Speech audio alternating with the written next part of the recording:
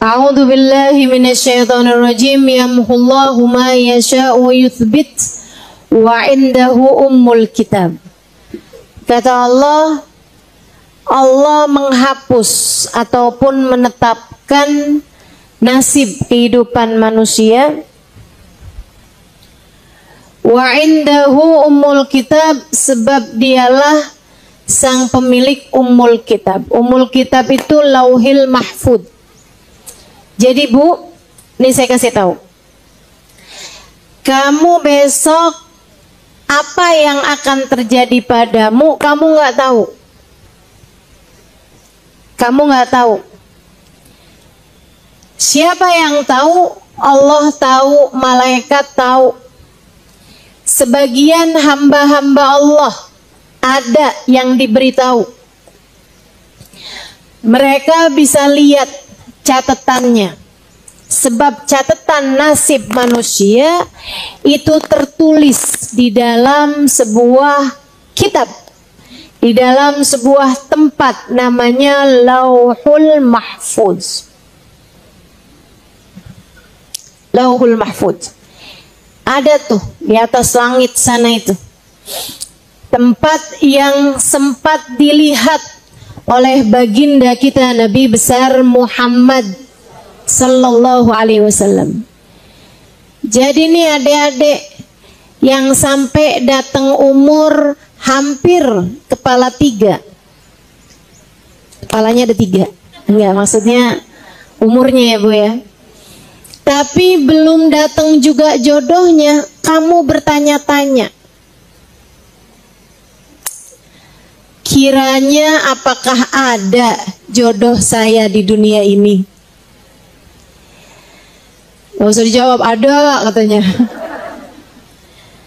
Gak misal kamu bertanya-tanya. Nah ini nasib hidupmu nih, apakah nanti akan berjumpa dengan jodohmu ataukah sampai dengan meninggal dunia tak akan pernah datang jodohmu, misalnya gitu, dunia ya. Sebab kalau di akhirat sih saya ngarepin semuanya pada nikah dah. Di akhirat semuanya saya harapkan berpasangan. Ini aminnya pada bingung gitu. Diaminin apa enggak dia? Sedikit sekalian yang saya muliakan. Tapi di dunia ini kan kita nggak tahu gitu. Nah, kamu nggak tahu, tapi Allah tahu. Termasuk juga nih adik-adik yang mungkin menjanda berapa tahun. Akankah datang kembali jodoh saya? Akankah akhir kehidupan saya Allah perkenankan saya untuk di bulan Ramadan berbuka dengan yang manis?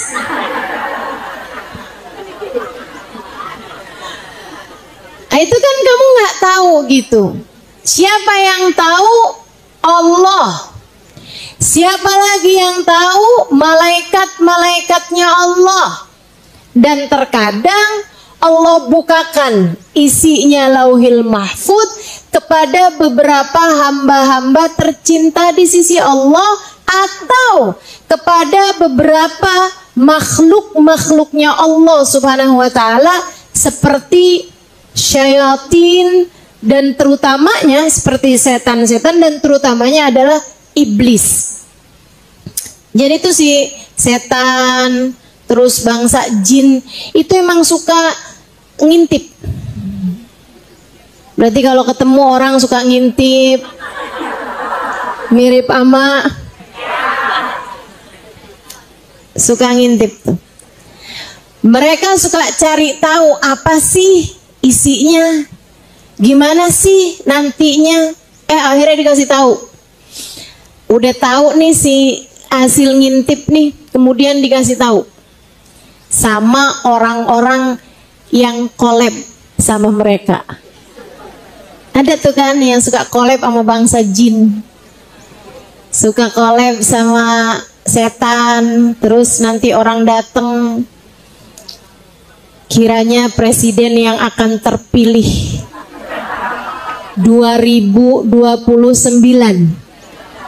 pemilihan yang akan datang, itu siapa gitu.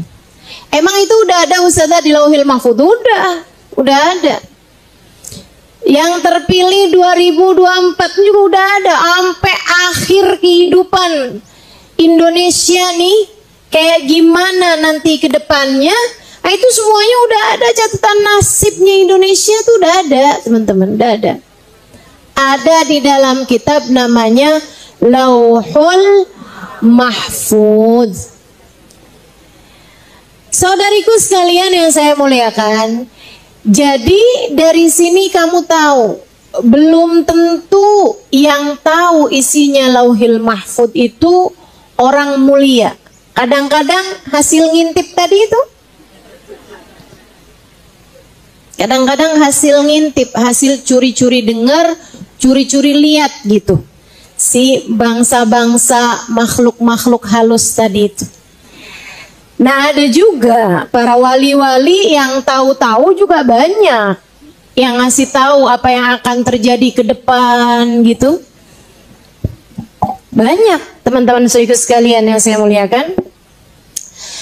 Tapi kalaupun, nih saya mau kasih tahu perkara penting. Kalaupun sampai ada orang mulia sekalipun, apalagi orang-orang nggak mulia ya, ini orang mulia, kamu tahu ibadahnya, kamu tahu kesolehannya, kamu tahu kebaikan-kebaikannya, manusia nih, seorang manusia soleh, seorang entah laki-laki entah perempuan, orang soleh memberitahu kepadamu tentang nasibmu ke depan, itu adalah apa yang dia lihat di Lauhil Mahfudz atau apa yang diperlihatkan di Lauhil Mahfudz. Benar berarti Ustazah? Benar. Tapi Lauhil Mahfudz adalah makhluk. Dan semua makhluk bisa menerima perubahan. Ingat, Lauhil Mahfudz adalah makhluk. Dan semua makhluk itu bisa menerima perubahan dan pergantian. Karenanya, kalau ada seseorang yang meramalmu, memberitahumu tentang masa depanmu, jika bahkan orang itu adalah orang soleh sekalipun, jika bahkan orang itu adalah seorang wali sekalipun, saudariku sekalian, apa yang ada di Lauhil Mahfudz dapat berubah, dapat berganti. Ini penting buat saya sampaikan. Kenapa gitu?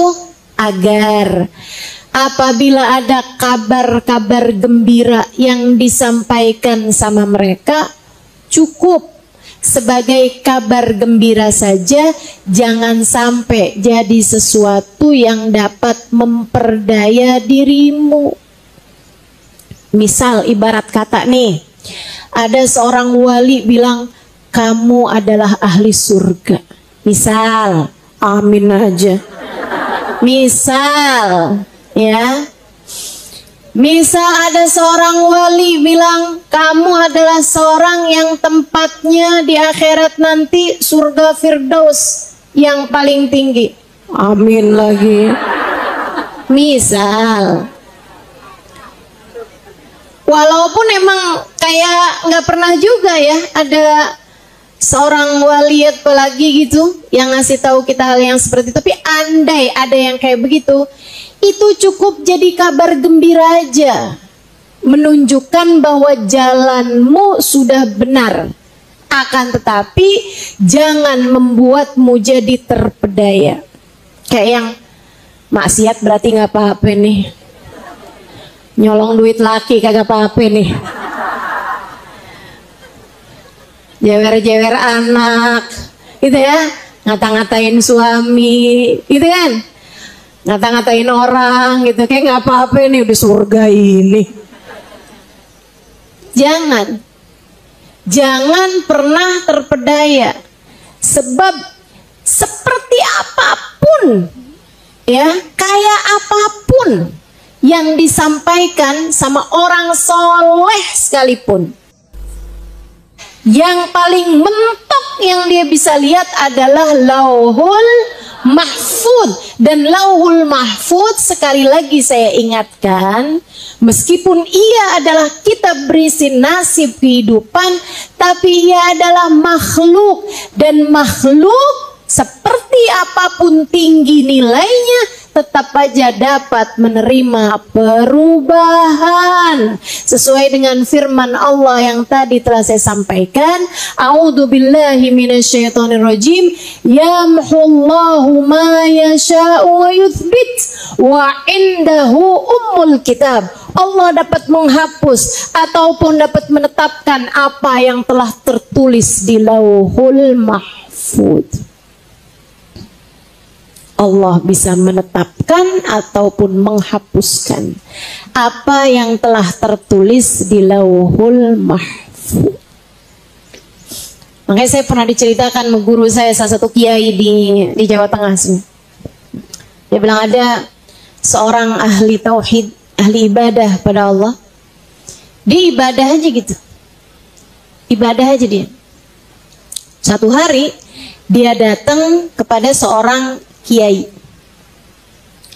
ahli ibadah yang ngerti ilmu tauhid. Kenapa kamu harus beribadah kepada Allah? Karena Allah adalah zat yang semestinya diibadahi. Jadi dia bukan karena ngarep surga, bukan karena ngarep neraka, nggak ada apa-apa. Urusannya saya hamba, saya ibadah sama Allah, udah gitu aja. Ibadah aja gitu. Satu hari dia lagi bertemu dengan seorang kiai, seorang ulama. Ulamanya ini mukasyif. Nah, mukasyif ini adalah istilah untuk seseorang yang seringkali melihat apa yang tidak dilihat oleh orang pada umumnya. Ya, kamu ketika ngelihat muka saya, kamu nggak ngelihat apa yang ada dalam pikiran saya, bukan? Kamu ketika ngelihat muka saya nggak ngelihat apa yang ada di dalam hati saya, bukan? Saudaraku sekalian saya muliakan, akan tetapi ada orang-orang yang melihat muka seseorang bisa ngelihat apa yang ada di Lauhul Mahfudnya, bisa ngelihat isi hatinya. Wah, ini bahaya nih. Itu namanya mukasyif. Ada, teman-teman, ada. Hamba-hamba tercinta di sisi Allah tuh ada tuh yang kayak gitu tuh. Mereka bukan hanya dibukakan. Nah, kalau yang ini nih, ini teman-teman saya sekalian enggak dikasih kecuali kepada orang-orang yang dicintai sama Allah. Kebanyakan dicintai sama Allah. Itu ya, bisa lihat penyakit-penyakitnya orang, isi hatinya orang gitu. Kenapa Allah kasih gitu sama seseorang? Allah tahu dia itu ketika ngelihat hamba-hambanya Allah udah enggak lagi beda sama dia antara ngelihat yang buruk sama ngelihat yang baik dalam pandangan kepada manusia. Makanya kamu jangan pernah mikir gitu kan, pengen tuh saya bisa tahu isi hatinya orang jadi nggak pernah ketipu kan. Ini enak kan nggak pernah ketipu gitu kan. Nggak bisa gitu teman-teman saya sekalian, nggak bisa gitu.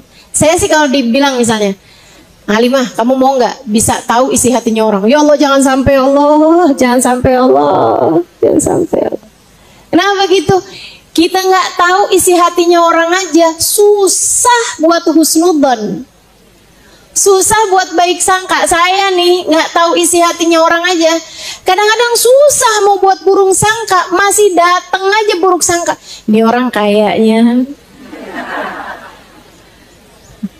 ngantuk nih.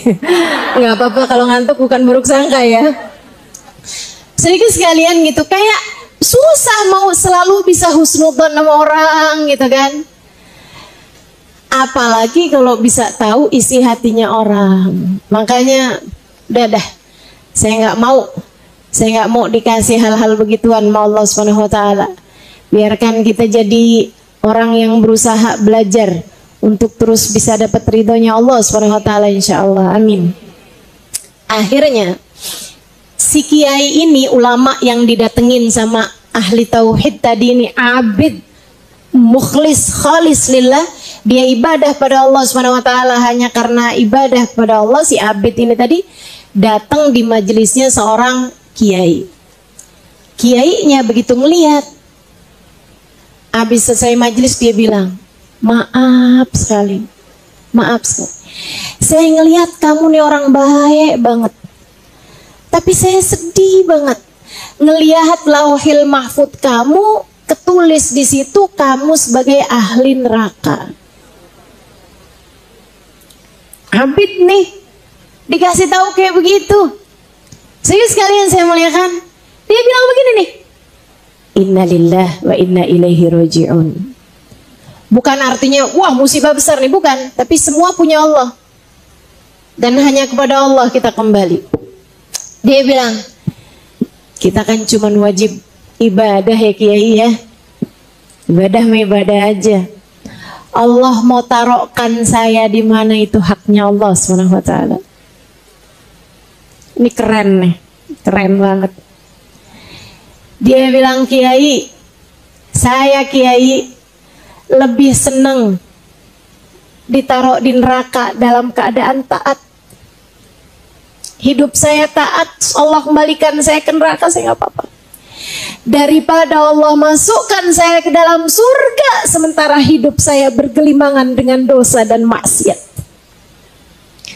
Saya bayangin hidup di dunia penuh gelimang dosa dan maksiat. Andai seperti itu, kemudian saya dimasukkan ke dalam surga, dengan muka seperti apa saya menghadap Allah Ta'ala. Kiainya merunduk, belajar ikhlas. Dia bilang, bener nak, bener banget.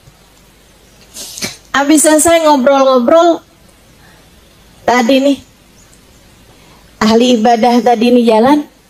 Saat dia jalan, kiainya lihat lauhil mahfud dia berubah min ahli firdausul a'la.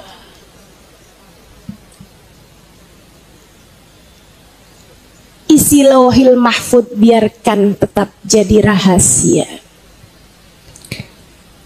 Rahasia Allah Subhanahu wa ta'ala. Nggak usah sok-sokan pengen tahu.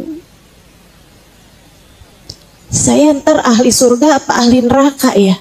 Udah nggak usah sok-sokan pengen tahu, biarin aja. Tugas kita ibadah kepada Allah, tugas kita cinta sama Allah, tugas kita mendekat sama Allah, tugas kita taat sama Allah, tugas kita hormat sama Allah, tugas kita syukur sama Allah. Itu tugas kita. Dan saya yakin ketika seseorang menjalankan tugasnya, Allah pasti akan juga melaksanakan apa yang menjadi Rahman Rahimnya Allah Subhanahu wa ta'ala. Jadi sekalian, kamu kalau cinta Allah pasti bakalan cinta.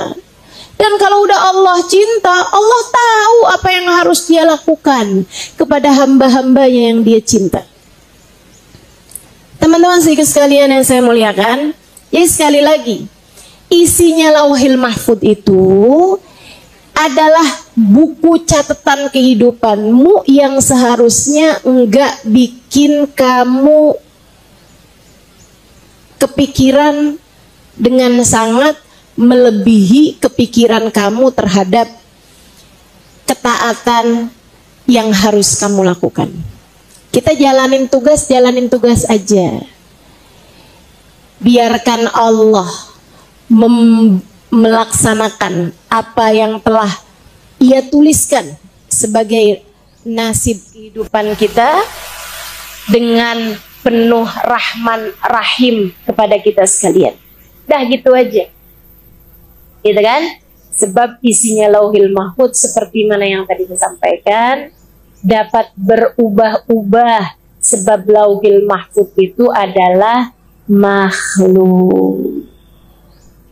Jadi kamu nggak usah pikiran gimana ya?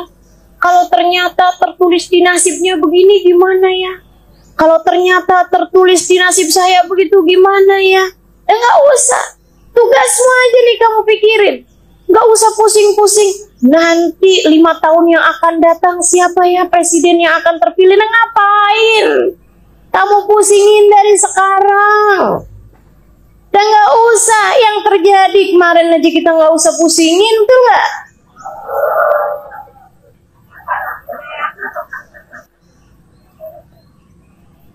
Bisa kesel saja. Katanya emak-emak Tanah Abang nih. Bu, ingat, siapapun presidennya yang ngasih kita rezeki namanya, ingat, yang ngatur nasib kita namanya, ingat, yang ngasih sehat, ngasih sakit namanya, ingat, pengendali kehidupan hanya satu namanya, yang ngasih kita hidup, yang menentukan kapan kita mati namanya Allah. Nggak pernah berubah dari sejak presidennya siapa juga. Betul? Ibu-ibu sekalian, ingat, dari mulai zaman kapan tahu juga, kita mah tetap aja. Emang kalau presidennya ganti, sholat kamu ganti? Dari dulu juga kayak begini. Emang ada yang kalau presidennya ganti, saya nggak pakai jilbab dah? Ada yang kayak gitu? Nggak ada. Nggak ada urusan, ibu-ibu sekalian. Kita jalanin taat. Bismillah. Tapi usaha nanti harga-harga naik, ya nggak apa-apa naik. Yang penting kita sanggup beli.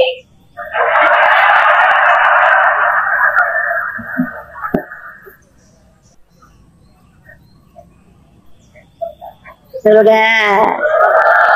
Enak nggak saya mikirnya? Enak. Mau siapa presidennya juga tetap aja Nabi kita, Nabi Muhammad. Jadi kalau buat saya sih tanyain, presidennya siapa? Nabi Muhammad? Udah enak dah. Gitu ya. Kita mau ikutnya sama Nabi Muhammad aja dah. Dunia akhirat, ya kan ya? Nah, udah gak terlalu banyak ngaruh kok. Bismillah, kita terus doakan. Semoga Indonesia diberi kedamaian. Semoga Indonesia senantiasa dalam pandangan kasih sayang Allah. Semoga kita dan anak-anak kita dijauhkan dari segala bencana. Semoga kita, anak-anak kita, keturunan kita dijauhkan dari segala dosa-dosa. Semoga kita dan seluruh keluarga kita dijauhkan kita dari bahaya narkoba, minuman keras, perzinaan, perjudian, riba, dan apapun aja dari dosa-dosa yang membuat Allah Subhanahu wa taala mungkin untuk murka kepada kita. Semoga Allah Subhanahu wa taala senantiasa menjaga kita semuanya insyaallah. Amin ya rabbal alamin. Jadi dah itu Lauhul Mahfuz. Nah, sama Nabi Muhammad dikasih tahu. Sama Nabi Muhammad dikasih tahu. Ketika baca ayat itu, A'udzubillahi minasyaitonirrajim. Yamhullahu ma yasha' wa yuthbit wa indahu ummul kitab. Itu kapan wahai Rasul? Nabi bilang, "Dzaka lailatun nisf min Sya'ban." Perubahannya Lauhil Mahfuz tuh bisa banyak, berganti-ganti. Sepanjang tahun tuh bisa kapan-kapan ganti aja. Isinya Lauhil Mahfuz. Makanya kata Nabi Muhammad, la yarudul qada illa doa. Nggak ada yang bisa ngerusak, ganti ketetapan-ketetapan Allah yang ada di Lauhil Mahfuz selain doa. Jadi setiap kali kita doa bisa berganti tuh isinya Lauhil Mahfuz. Kemudian lagi kamu sedekah bisa ganti isinya Lauhil Mahfuz. Gampang ganti-gantinya teman-teman sekalian. Ada nih satu orang, Nabi Allah Dawud alaihi salam, ada di majelis kayak begini nih. Nabi-nabinya Allah itu udah pasti mukasyif, ya. Nabi-nabinya Allah Semuanya mukasyifun. Semuanya bisa lihat apa yang nggak bisa dilihat sama manusia pada umumnya. Para nabi itu semua mukasyifun. Nah, di majelisnya Nabi Allah Daud alaihissalam, Nabi Daud ngelihat ada malaikat Israel duduk di situ, duduk di majelis, ngeliatin seorang pemuda. Habisnya selesai, Nabi Daud samperin malaikat Israel.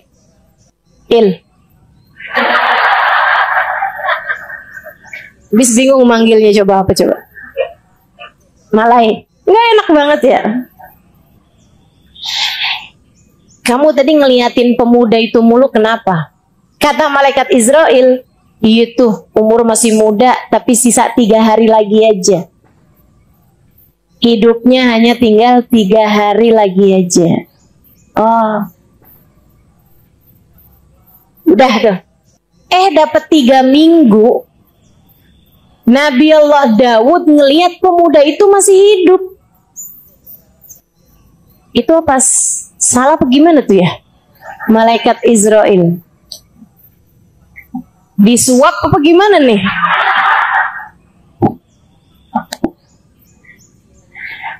Akhirnya ditanya sama malaikat sama Nabi Allah Daud.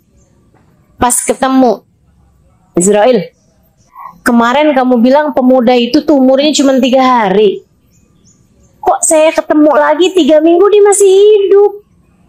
Apa salah apa gimana nih? Kata malaikat Israel, nggak salah. Cuman sepulang dari majelismu itu dia datang pada bibinya yang udah putus hubungan silaturahmi dengannya. Dia sambung lagi, dia sedekahin, dia minta maaf, dia berjanji untuk selalu menyambung hubungan sama bibinya ini. Allah ridho sama apa yang dikerjakan, Allah gantikan gantinya 3 hari, Allah hapus di Lauhil Mahfud 3 hari itu jadi 30 tahun. Panjang bener. Masya Allah, Masya Allah. Jadi bisa ganti-ganti tuh Lauhil Mahfud tuh. Yang bisa ngegantiin Lauhil Mahfud macem-macem. Bisa sedekah kayak yang tadi saya sampaikan, bisa nyambung silaturahmi, ya kan? Bisa doa, bisa juga didoakan oleh orang lain. Sebab doanya orang lain tuh seringkali lebih mustajab. Karena nggak egois kan. Kalau doain diri sendiri kan banyak egoisnya kan. Gitu. Nah itu jadi banyak hal-hal kebaikan-kebaikan yang bisa merubah isinya Lauhil Mahfud. Nah Nabi Muhammad cerita di antara waktu di mana Allah paling banyak merevisi Lauhil Mahfud, katanya Nabi Muhammad, dzaka lailatun nisf min Sya'ban. Ini banyak terjadinya pada malam nisfu Sya'ban. Ya kita manfaatin juga. Kita manfaatin juga. Perubahan-perubahan mudah-mudahan baik. Allah rubahkan apa yang tertulis di Lauhul Mahfud. Gitu. Saudaraku sekalian yang saya muliakan, Ustazah, apa yang paling banyak bisa merubah isinya Lauhil Mahfud? Selain daripada doa di malam nisfu, itu juga hal yang besar. Tapi ada lagi nggak hal lain yang bisa merubah isinya Lauhil Mahfud? Ada. Yang terbesarnya adalah syafaat berkah dari orang-orang mulia di sisi Allah. Ini nih, keren-keren. Para wali-walinya Allah SWT. Maka itu sebabnya kenapa kita perlu cinta kepada hamba-hamba tercinta di sisi Allah SWT. Saya mau ceritakan satu kisah tentang Sayyidina Syekh Abu Bakar ibn Salim alaihi ridwanallah. Sedikit sekalian saya muliakan, Ada satu anak muda, dia datang ke banyak guru. Tiap kali datang kayak mau mondok pesantren, mau berguru gitu. Guru yang didatengin ngeliatin dia, "Duh, minta maaf nak, saya pesantrennya udah penuh, udah nggak bisa nerima santri lagi." Baik guru, pergi lagi. Terus datang lagi ke syekh yang lain. Datang ngomong, "Saya mau belajar di sini." Syekhnya bilang, "Maaf nak, saya itu udah punya beberapa santri, lagi nggak mau nambah lagi sama santri yang lain, saya mau konsentrasi sama yang ini aja." "Ya baik guru." Datang lagi ke yang lain, begitu juga, semuanya nolak. Sudah datang ke sekitar 7 guru, semuanya nolak. Baratnya nih udah datang 7 pesantren nih, semuanya nolak dia. Sampai kemudian datanglah dia kepada Sayyidina Syekh Abu Bakar ibn Salim. Katanya Syekh Abu Bakar bin Salim, begitu datang ketemu sama Syekh Abu Bakar bin Salim, Syekh Abu Bakar bin Salim langsung bilang gini, "Gimana nak, kamu sudah ditolak sama berapa guru sebelum saya?" Dia bilang, "Iya Syekh, saya udah ditolak sama Syekh ini, Syekh ini, Syekh ini." "Kamu tahu kenapa mereka menolak kamu?" Dia bilang, "Nggak tahu Syekh, katanya sih pondoknya udah tutup, ada yang kasih tahu gitu." Kata Syekh Bakar bin Salim, "Nggak begitu nak. Mereka menolakmu karena di dahimu tertulis syaqi, orang yang celaka. Tahu tepatnya calon ahli neraka."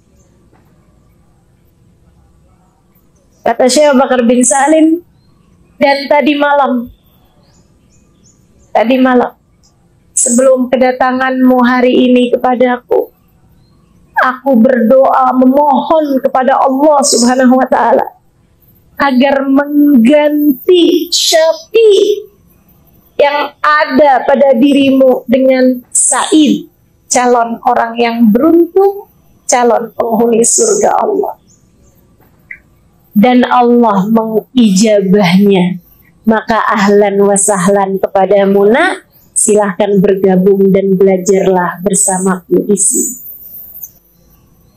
Itu para wali-walinya Allah. Para wali-walinya Allah. Isinya rahmat.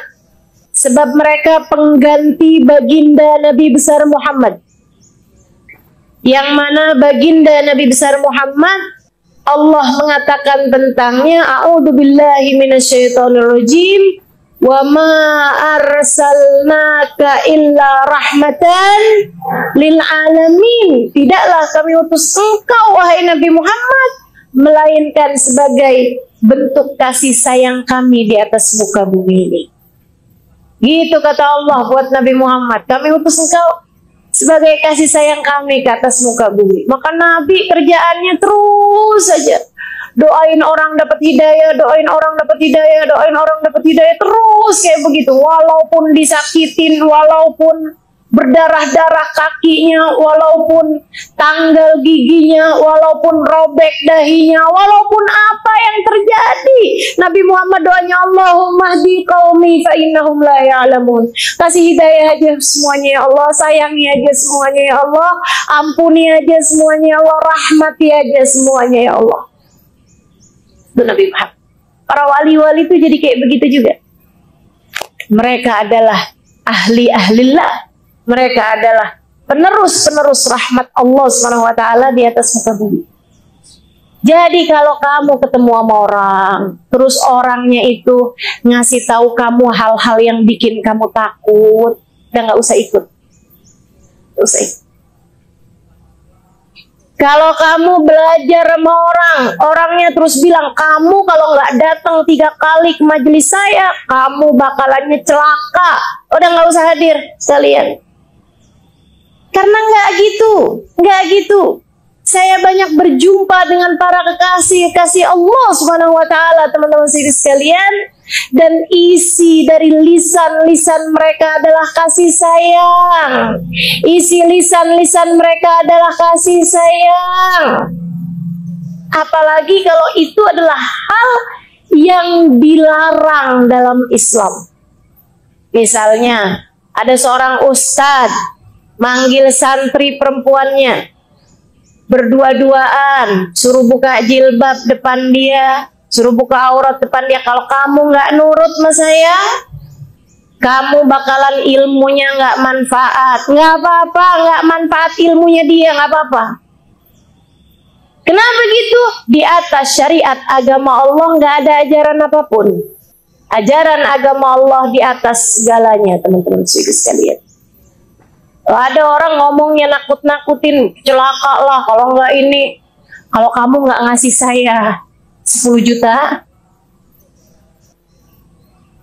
nanti kamu akan keluar dari sini kecelakaan.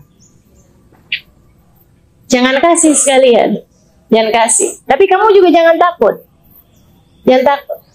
Kenapa gitu teman-teman saya sekalian? Sebab orang tercinta di sisi Allah tuh nggak gitu, nggak nakutin. Percaya saya. Kamu kalau ada yang ngeramal hal-hal yang buruk-buruk sama kamu, jangan percaya. Jangan percaya. Kalau kamu masih takut juga, sedekah. Sedekah bisa ngangkat segala bala. Udah gitu aja. Sedekah kan emang nggak pernah salah juga. Betul nggak? Jadi saudara sekalian, nah itu tuh apa yang ada di dalam kitab Lauhul Mahfud. Nah nanti nih malam nisfu banyak sekali Allah ubah catatan-catatan nasib umat manusia. Karenanya apa nih yang bisa saya lakukan Ustazah di malam nisfu Sya'ban? Hal-hal yang dapat mengubah nasib. Apa tuh? Sedekah. Apa tuh? Istighfar. Apa tuh? Doa. Nah itu udah pasti ngerubah apa yang ada di dalam Lauhul Mahfud, merubah nasib kehidupan umat manusia yang Allah Subhanahu wa taala mengatakan tentang hal tersebut. A'udzubillahi minasyaitonirrajim. Gimana? Allah tidak akan mengubah nasib suatu kaum. Innallaha la yughayyiru ma biqaumin hatta yughayyiru ma bi anfusihim. Sungguhnya Allah tidak akan mengubah nasib satu kaum sampai kaum itu sendiri yang mengubah nasibnya.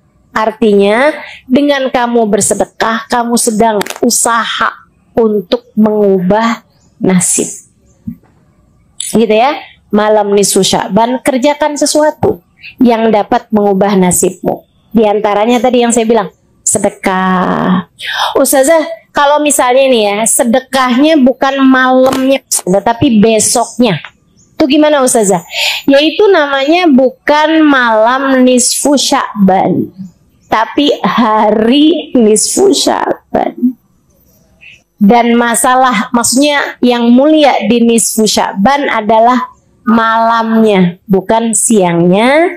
Jadi silahkan kerjakan sedekahnya pada malamnya. Sekarang kan udah gampang nih, enak, sedekah bisa di tangan ya kan. Ini bisa transfer lewat handphone gitu kan. Ama di Indonesia nih, saya ingat Baba Maryam, guru saya almarhumah Baba Maryam Al-Haddar, sudah wafat beberapa tahun lalu ya. Beliau tuh pernah bilang, enak nih Alimah, kamu nih tinggal di Indonesia nih nak, kamu mesti bersyukur nak, alhamdulillah. Kenapa emang Bapak? Banyak orang miskinnya.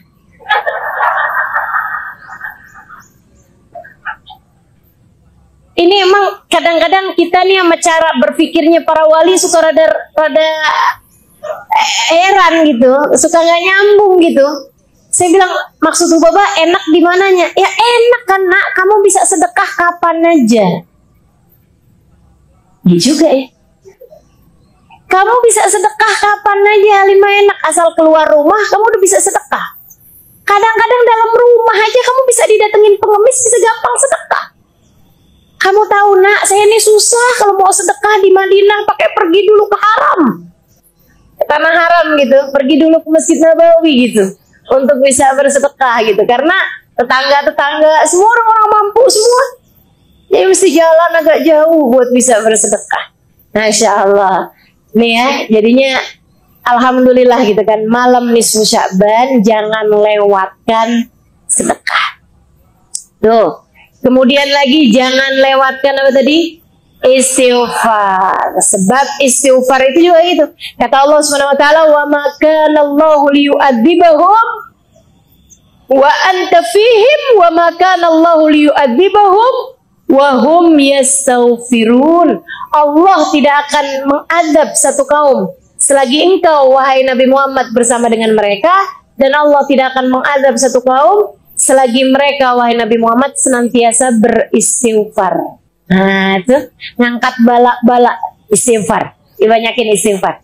Malam nisfu Sya'ban. Ama yang ketiganya perbanyak doa. So ikut sekalian, nah untuk doanya diajarin sama para ulama-ulama kita. Wallahu a'lam, ada yang mengatakan marfu'an anin Nabi sallallahu alaihi wasallam. Ada yang mengatakan ini juga marfu'an tuh ya, kayak nyampe gitu sanadnya ke Nabi Muhammad. Ada juga yang mengatakan nggak nyampe ke Nabi Muhammad, akan tetapi ini amalan dari para sahabat. Ada yang mengatakan amalan dari para tabi'in, ada yang mengatakan amalan dari para ulama. Ala kulli hal, mau itu amalannya sahabat, mau itu amalannya tabi'in, apalagi jika itu amalannya Nabi Muhammad, saya tidak berniat untuk meninggalkannya. Saya akan mengerjakannya. Kenapa? Semuanya sama-sama perlu buat ditiru.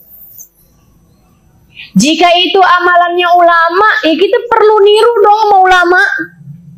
Jika itu amalannya sahabat, ya kita perlu dong niru sahabat. Apalagi jika itu adalah apa yang diajarkan oleh Nabi Muhammad. Anda ini nggak diajarin sama Nabi, nggak diajarin sama sahabat, nggak diajarin sama tabiin, tapi diajarin sama guru saya. Dan sesuatu yang diajarkan itu adalah sesuatu hal yang bagus. Kenapa nggak kita kerjain? Betul nggak? Nih ibu-ibu nih, misalnya saya nih Bu nih, saya ngajarin sama ibu-ibu nih. Bu, ibu nanti ya Bu ya. Ibu gimana kalau misalnya ibu setiap kali keluar dari rumah, orang miskin pertama yang ibu lihat, ibu sedekah. Itu ibu nggak pernah dengar selain dari saya, Halimah Lidrus. Ibu-ibu kira-kira pengen kerjain apa nggak kerjain? Pengen kerjain. Kenapa gitu? Soalnya yang saya ajarin barang bagus. Lain kalau yang saya ajarin ibu ya. Nanti setiap tanggal 10 ibu beli ayam. Warnanya hitam. Ibu potong darahnya, ibu cecer-cecerin depan rumah ibu. Nah itu ibu ngapain Ustazah? Kan begitu. Karena yang diajarkan bukan barang bagus. Ini yang diajarkan nih barang bagus Bu. Saya mondok 12 tahun. Dari mulai pondok habaib di Indonesia, pondok kiai di Indonesia, sampai pondok habaib di Hadramut. Dan saya juga belajar juga, banyak dapat ilmu juga dari Sayyidil Habib Zain bin Smith di Madinah. Ini banyak nih ulama-ulama saya datengin, saya pelajarin ilmu-ilmu dari mereka. Sama Bu, sama. Kalau malam nisfu Sya'ban ngajarinnya semuanya sama. Baca Yasin 3 kali. Semuanya sama ngajarinnya. Nah kan saya jadi yakin. Dan saya yakin juga nih ibu-ibu nih yang jalanin agama udah dari lama. Maksudnya yang emang dari kecilnya tuh lingkungannya tuh lingkungan beragama dengan baik gitu. Hadir-hadir pengajian gitu ya. Nah, saya tanya dah, dari ibu kecil, biasa nggak kalau malam nisfu Sya'ban ngapain? Baca Yasin. Baca Yasin. Malahan yang ibu dengar nggak boleh baca Yasin malam nisfu Sya'ban, itu bid'ah. Dengernya udah lama apa baru-baru Bu? Baru-baru. Jadi kita tahu sebenarnya mana yang baru. Yang baru tuh dalam bahasa Arab bid'ah. Jadi kita tahu mana yang baru gitu kan. Yang baru tuh yang bilang bahwa baca Yasin malam nisfu Sya'ban itu adalah baru gitu. Ini yang baru malahan. Sehingga sekalian saya mulaikan, jadi semuanya ngajarinnya sama, baca Yasin malam nisfu Sya'ban. Dulu Mbah Mun, ya Haji Maimun Zubair ngajarin sama. Dulu Habib Hasan Baharun di Darul Qawadawah ngajarinnya sama. Kita tiap malam nisfu Sya'ban baca Yasin 3 kali. Abah saya dari sejak saya kecil ngajarinnya sama. Kemudian saya belajar di Darul Zahra Tarim Hadramut, Habib Umar ngajarin sama, orang setarim ngajarin sama. Malam nisfu Sya'ban baca Yasin. Habib Zain bin Smith ngajarin sama. Madinah sama, semuanya sama. Baca Yasin 3 kali. Dari Mekah, Sayyid Muhammad bin Alwi bin Abbas Al-Maliki ngajarin sama. Baca Yasin 3 kali di malam nisfu. Pakai niatan-niatan yang tersendiri. Yasin yang pertama, niatin rezeki. Biar yang halal, yang thayyib, yang berkah. Kamu baca Yasinnya dengan niatan seperti itu, rezeki yang zahir dan batin. Bu, rezeki itu bukan cuman melulu urusan uang, bukan cuman melulu urusan rumah, pakaian, makanan, sandang, pangan, papan, bukan. Tapi punya anak yang sehat-sehat itu juga rezeki. Punya anak yang soleh-soleh itu juga rezeki. Punya suami yang sayang itu juga rezeki. Punya hati yang qanaah itu juga. Punya teman-teman yang baik-baik itu juga. Punya guru yang bisa ngasih tahu mana yang benar, mana yang nggak benar itu juga rezeki. Punya rasa hati yang bagus kepada Allah, kepada Rasulnya itu juga rezeki. Punya ilmu yang bermanfaat itu juga rezeki. Dibangunin sholat malam itu juga rezeki. Kesehatan badan kita itu juga rezeki. Banyak rezeki. Jangan cuma urusan uang aja yang kamu minta. Rezeki zahir batin, rezeki dunia, rezeki agama, semuanya kita minta pada Allah Subhanahu wa taala. Kemudian yang kedua, kamu baca Yasin. Urusan umur, ya, urusan waktu. Biar kita nih sama Allah bisa dikasih kemampuan jagain waktu dengan benar. Jadi umur, kamu jangan cuman minta umur panjang. Umur panjang sakit-sakitan mau. Umur panjang buat banyakin dosa mau. Umur panjang tapi hati sedih terus-terusan mau. Nggak mau. Makanya kita minta umur berkah. Umur panjang bahagianya. Umur panjang taatnya. Jadi yang panjang biarin taatnya. Umur panjang, panjang ibadahnya. Itu yang kita minta. Tapi kalau dosanya mah biar pendek aja, kalau perlu malah nggak ada.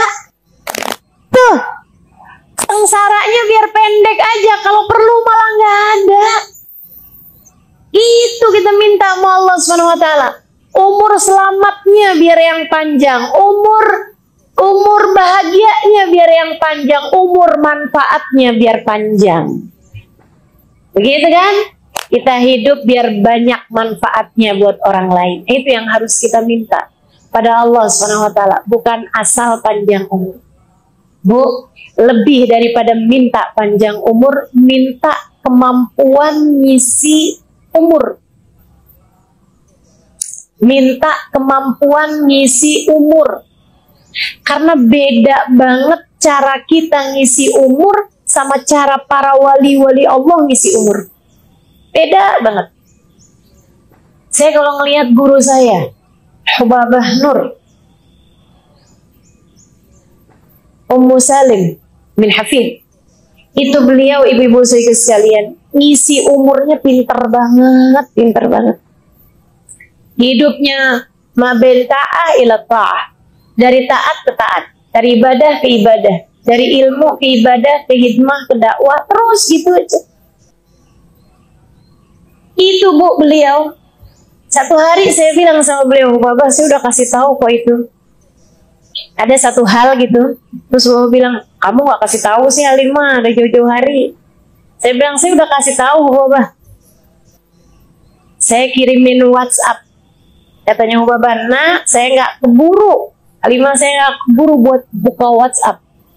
Saya dalam hari-hari kemarin ini garuk kepala aja gak keburu.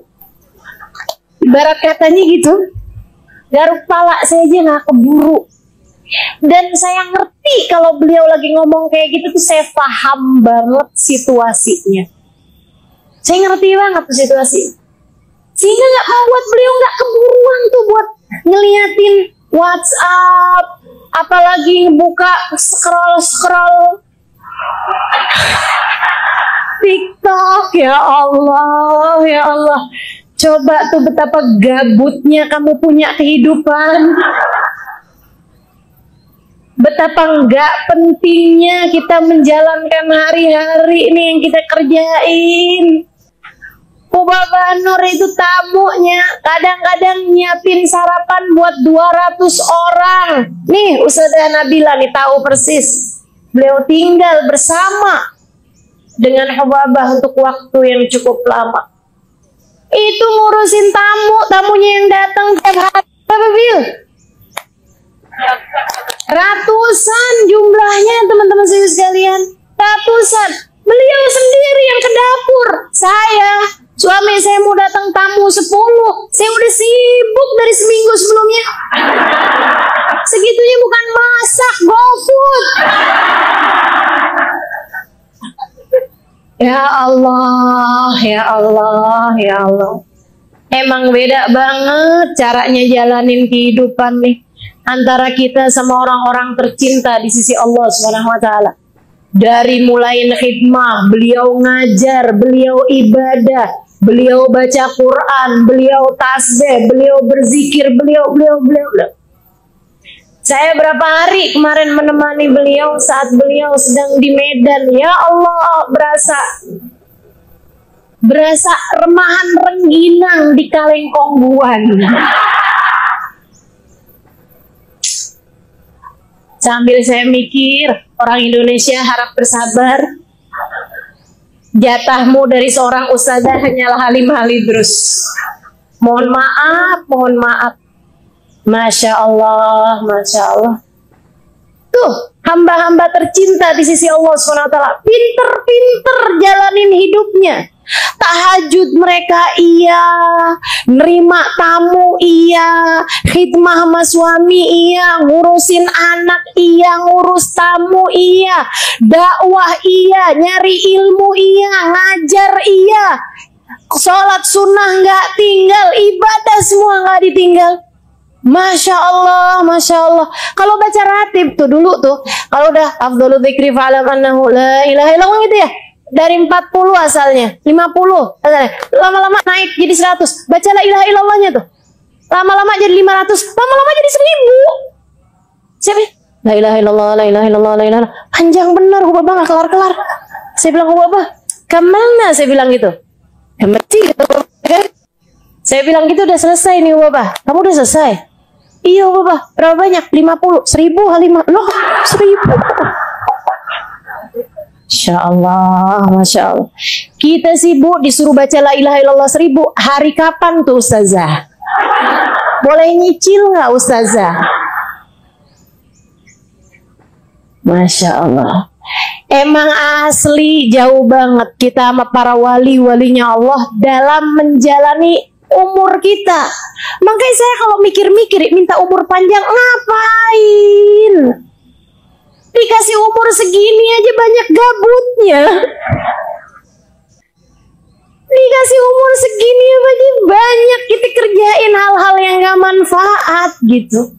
Saudariku sekalian yang saya muliakan, kalau para wali minta umur panjang tuh saya masih kayak yang, iya bener banget tuh, harus panjang umurnya, harus panjang umurnya. Saya kalau yang model-modelan, kamu minta panjang umur, ngapain?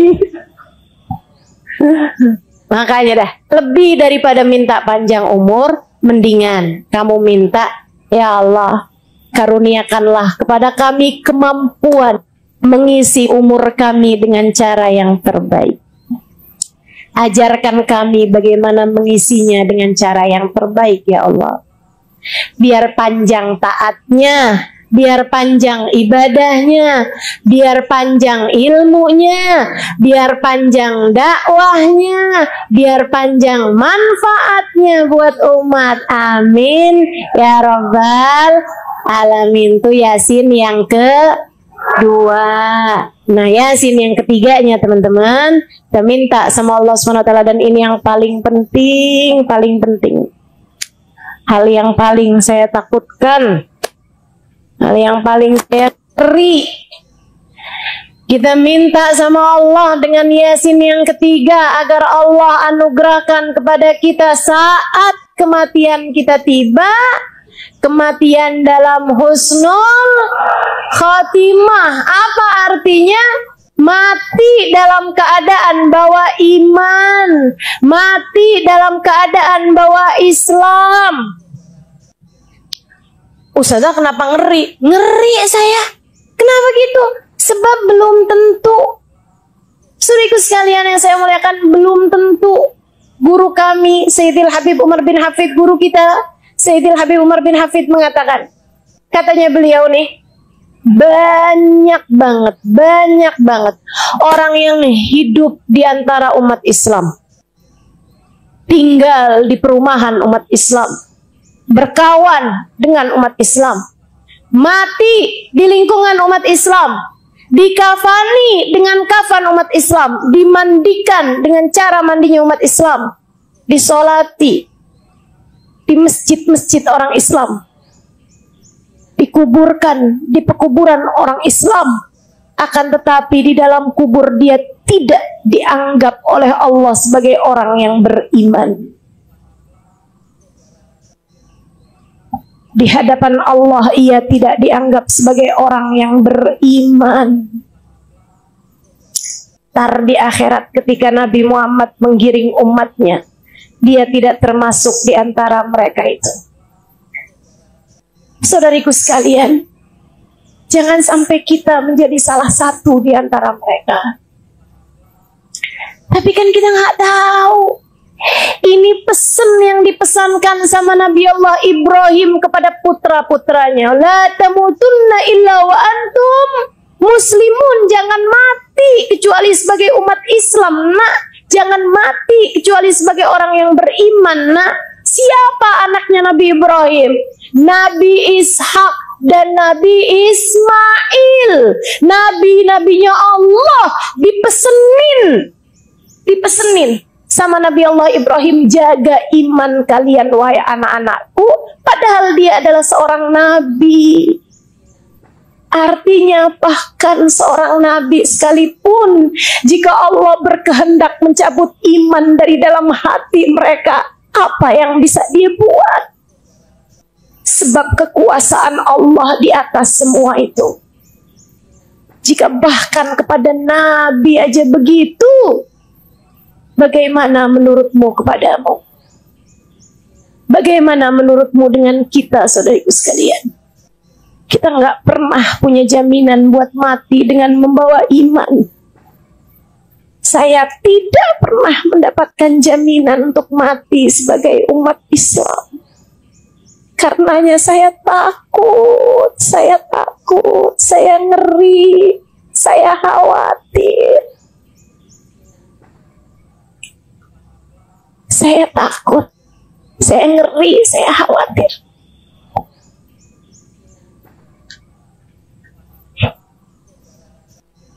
Nabi Allah Zakaria alaihissalam, nabinya Allah, dikejar kaumnya sembunyi dalam pohon, dalam sebuah hutan.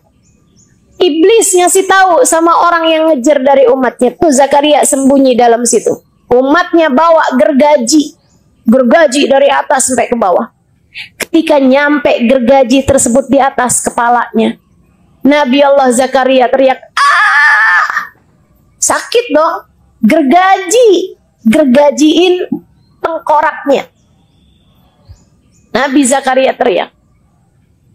Allah berkata, wahai Zakaria, kenapa kamu berteriak seperti itu? Apakah karena kamu tidak terima dengan takdirku? Wahai Zakaria, jika kamu berteriak sekali lagi, aku keluarkan kamu dari kelompok Nabi menjadi kelompok ahli neraka. Allah kalau punya mau, apa yang Allah bisa kerjakan, kerjakan. Ini Nabi, teman-teman saudaraku sekalian, ini Nabi. Bagaimana dengan kita gitu? Yang dosa iya, maksiat iya, berbuat salah iya, sangat mungkin banget. Dan kalau Allah mau kamu mati nggak bawa iman, kamu bisa apa? Kamu bisa apa? Kalau Allah ngerasa nih orang nggak pantas nih berjumpa denganku, ada iman di hatinya, sebab sepanjang hidupnya dia ruwet mulu urusan rezeki, nggak percaya bahwa aku adalah pemberi rezeki satu-satunya. Dia nggak beriman kepadaku, aku cabut iman di saat akhir kehidupannya. Mau bilang apa? Mau bilang apa? Ini nih udah ngerti ilmunya, tapi tetap aja berbuat maksiat bolak-balik kepadaku, meremehkan penglihatanku. Aku cabut iman dari dalam hati. Mau bilang apa? Makanya satu-satunya hal yang bisa kita lakukan adalah bersimpuh di pintunya, kemudian memohon, ya Allah biha, ya Allah biha, ya Allah bihusnil khatim. Ya Allah, apabila datang ajal menjemput kami, kami mohon husnul khatimah ya Allah. Husnul khatimah ya Allah. Hal tertinggi yang bisa kita lakukan agar Allah SWT mematikan kita dalam husnul khatimah, menetapkan iman Islam dalam hati kita, adalah berdoa, meminta, ya muqallibal qulub, tsabbit qalbi ala dinik. Wahai zat yang membolak-balikan hati, tetapkan hatiku berada dalam keimanan kepadamu. Rabbana la tuzigh qulubana ba'da idh hadaitana wa hab lana min ladunka rahmatan innaka antal wahhab. Ya Allah, jangan pernah kau cabut hidayah iman yang telah engkau anugerahkan kepadaku. Karuniakanlah kepadaku rahmatmu, sesungguhnya engkau adalah zat yang maha pemberi. Kasihani saya ya Allah, kasihani kami ya Allah. Kami nggak punya apa-apa ya Allah, selain rahmatmu yang kami harap. Kami telah engkau hidupkan sebagai umat Islam. Jangan pernah kau cabut hidayah iman yang telah kau anugerahkan dalam diri kami ya Allah.